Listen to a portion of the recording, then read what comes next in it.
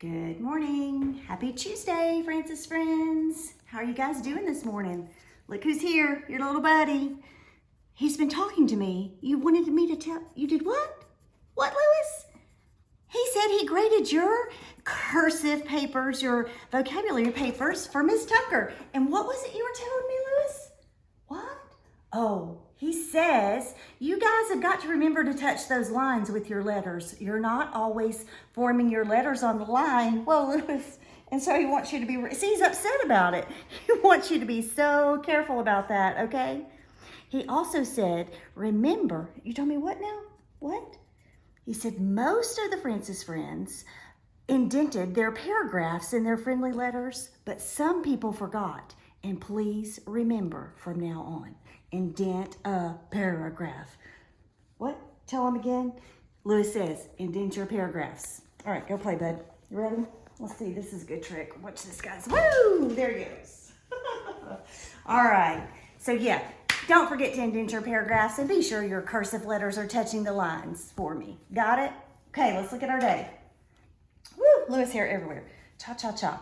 All right, Tuesday, Bible. Keep working on your eggs from last week. You're almost finished, and you're going to turn those in on Friday so I can see how you've been doing with your short summary of the verses. History. Read your card again and review your questions with your parents. Spelling today. Lesson 103. No definitions. No definitions today. Hip, hip, hooray. You don't have to do definitions. Grammar, nothing assigned in grammar. Today would be a good day to work on your friendly letter to Noble if you have some time. All right, literature, you're going to answer chapter 4 questions. We read chapter 4 together, so you should be ready for your questions today. Math, I'm fixing to show you how to do that lesson. No science this week, but you can practice your history timeline with your little review cards that I sent you. If you have any questions about those, give me a call. Writing, your letter to Noble, and if you didn't send your poem and artwork about Lewis, that's due on Friday too. I already have some of them hanging up in a special place that I'll show you later on. Don't forget to do your Latin, your cursive and vocabulary for Miss Tucker, and touch the lines, please. Okay, let's do math. Let's do math. All right, hope you have your papers in front of you so you can work along with me. Pause me when you need to. Okay, so let's take a peek at lesson 101A. All right, so boys and girls, I've already looked over this problem like I would have if we were at school together, and I'm actually going to go to the end of the problem and I'm going to find out what it is they're asking us for. The question is asking, what is the average time needed for the class to have their pictures taken? Okay, so as I look at the information, I'm going to go through and I'm looking for times. There's a lot of other information in here that we don't need. So I'm hunting for the important information. So it says it took 27 minutes for the children in room 17 to have their pictures taken. All right, so there was one of the time amounts, 27 minutes. Okay. And it took 23 minutes for the children in room 16. So now I'm going to circle the 23 minutes because that's important that I need to know. And then it says it took 34 minutes for the children in room 21. So it really didn't matter to us the room numbers of the children. We needed to hunt for the time that it took them to take their pictures. Okay, and then it says it took 20 minutes for the children in room 14 to have their pictures made. All right, so I'm going to go ahead and think to myself first. I want to know how much I'm going to need to divide with or divide by. So I'm going to count up the number of times we circled. There's 1, 2, 3, and 4. So I'm going to go ahead down here and write divided by 4 because that's going to be part of our problem. Now we're going for a number sentence. I'm going to write down the times we need to add up. So we need to add 27 plus 23 plus 34 plus 20 equals.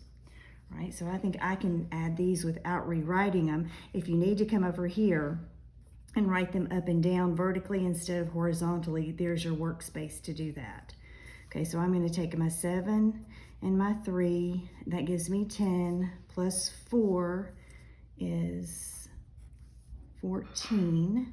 Carry the 1 here. 2 and 1 is 3, plus the 3 is 6, plus 2 is 8, plus 2 is 10. So it was a total of 104 minutes divided by 4 equals, right? And I think I will use my workspace to solve here. Let me see as I move that, if you can see it. So 104 divided by 4. All right. So I know that the 4 is not going to go into the 1, so I'm just going to go all the way over and do 10 divided by 4. And I know 10 divided by 4, the closest I can get to that is 2. 2 times 4 is 8. 10 take away 8 is 2. Bring this 4 straight down. Okay, 24 divided by 4. Let's see, I believe that's going to be 6. So 6 times 4 is 24. 24 minus 24 is 0. So the answer is 26. Okay, so I'm going to come down here and I'm going to write 26 minutes. Okay, all right, let's look at number 2.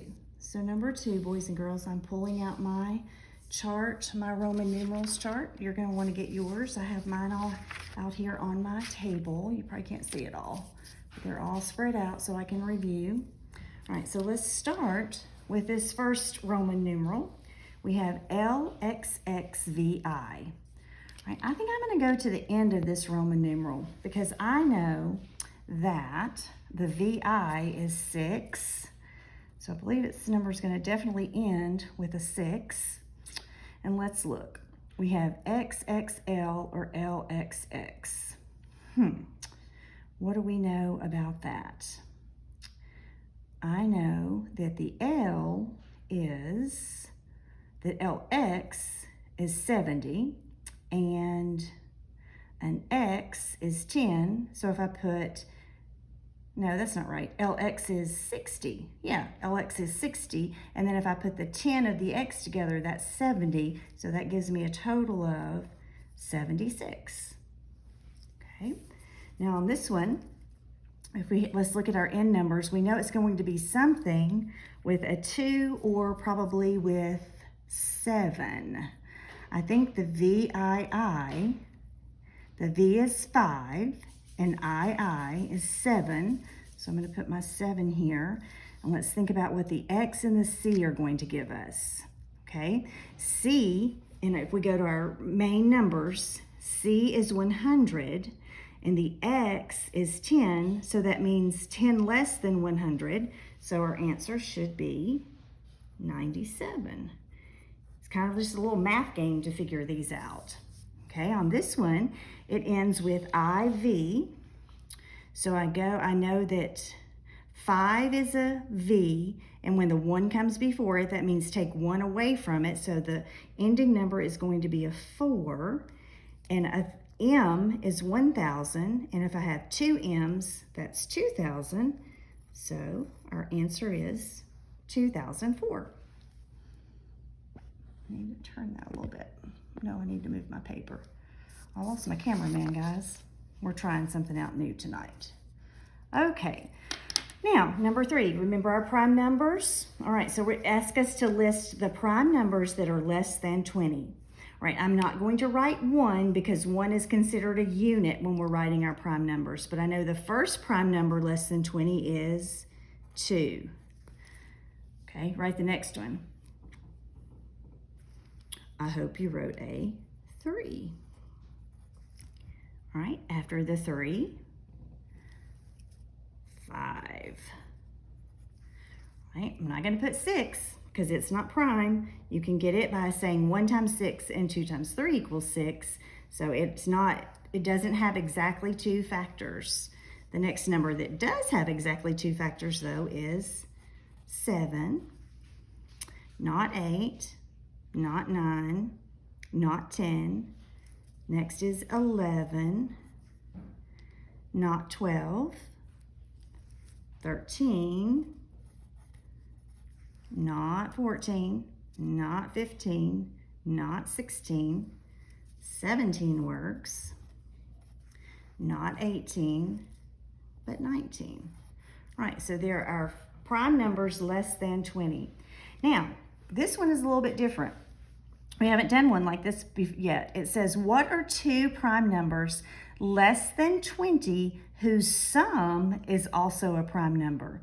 So in other words, if we pull out two prime numbers and add them together, their answer is going to be a prime number.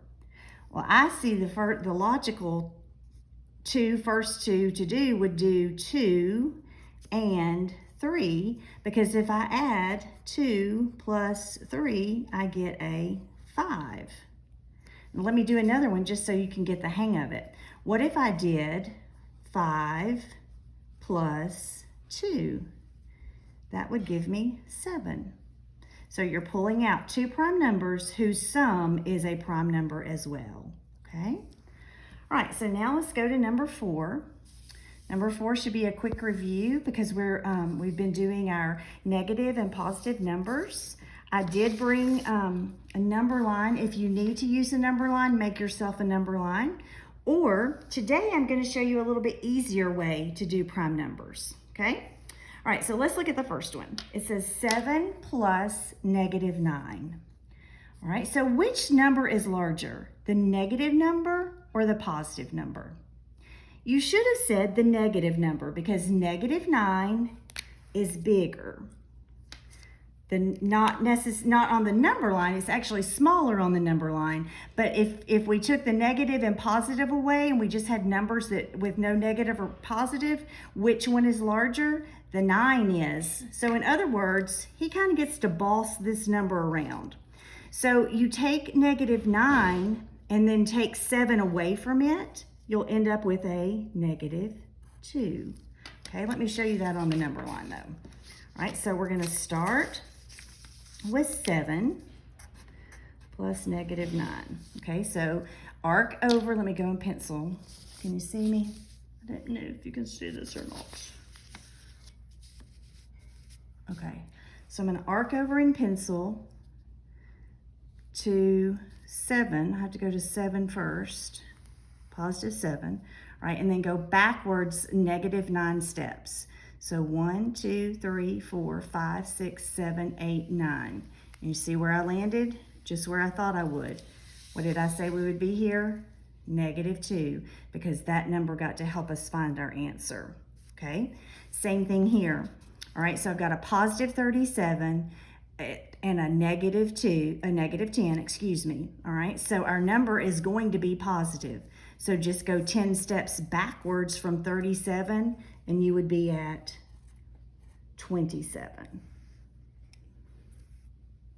Okay, all right, let's try this one. Now these are the most fun in my opinion. If you have two negative numbers, you're going to come up with a negative number, and then all you have to do is add your numbers together. So 7 plus 5 is 12. Tack your 0 on. Your answer is negative 120. All right, same thing here. What do you see on this one again, boys and girls? Two negative numbers, so you will have a negative number. Now just add them. 12 plus 5 is 17, so your answer is negative 17. Now, again, we're going to do just like we did on the first one with this one. If we have negative 24 plus 3, or you can say it the opposite way, 3 plus negative 24, this is larger, so your number will be negative. And then just take 3 away from that, and you will have 21. So your answer is 3 plus negative 24 is equal to negative 21. Okay, let's do the same thing on this one. Our larger is negative 35, so put your negative here, then subtract 20 from negative 35, and you will have negative 15. Now, this is brand new. Look at all these numbers. I'm going to read this to you. 6 plus -2 plus 3 plus 5 plus -7 plus -8 plus 4 plus -1. All right, so since we just had Easter, and usually on Easter we go on egg hunts, we're going to kind of do this like an egg hunt. We're going to first find all of our positive numbers, and I'm going to circle them in green. So here's a 6 because that's +6, +3, 5 is positive in this problem, and 4 is positive in this problem. All right, so those were all of our positive numbers. So we're going to add them up. If I add 6 plus 4, I get 10, plus 3 is 13, plus 5 is 18. So all of my positive numbers equal 18, okay? Now we're going to find our negative numbers, and I'm gonna box in my negative numbers. -2, -7, -8, and -1. Now let's add all of our negative numbers. Let's see. -7 plus -2 equals -9. -9 plus -1 equals -18. And no, hang on a minute, Miss Francis is getting confused. -7 plus -2 is 9, plus -1 is 10, plus -8 equals -18. So watch how we do this. If you have a positive 18 and a negative 18, they just cancel each other out, and then you have 0. So this great big long line of numbers equal 0. Fun, fun, fun. I wish we were together to do it. It would be more fun, but you can text me if you want me to help you with those. All right, so simplify these fractions. All right, number 6. What could we divide both the 2 and the 10 by to simplify? All right, my brain immediately went, I know that I can say 2 divided by 2 equals 1, and 10 divided by 2 equals 5. All right, so let's think about a number that's common to 15 and 21. Thinking. What did you guys think of? I thought of 3. Let's try that. All right, so 15 divided by 3 is 5, and 21 divided by 3 is 7. Okay, so let's do this one. We're going to they want us to simplify it twice. I think, well, let me show you the way. I know that most of you can look at that and know immediately how to just simplify it in one step, but let's do 2 steps just for the fun of it. What if we did this? What if we did 6 divided by 3 and 12 divided by 3? That's going to give me a 2 and a 4, but we can keep going. Now we would do 2, I'm going to erase here, 2 divided by 2 and 4 divided by 2, and that will equal 1/2. So that means 6/12 is the same as 1/2. Okay, I'm going to let you do the teacher part at the bottom by yourselves. It looks like everything on there you already know how to do. Okay, so you do this by yourselves. And then on the back, let me show you what to do today. All right, so let's start with, I would like you to do 1, 2,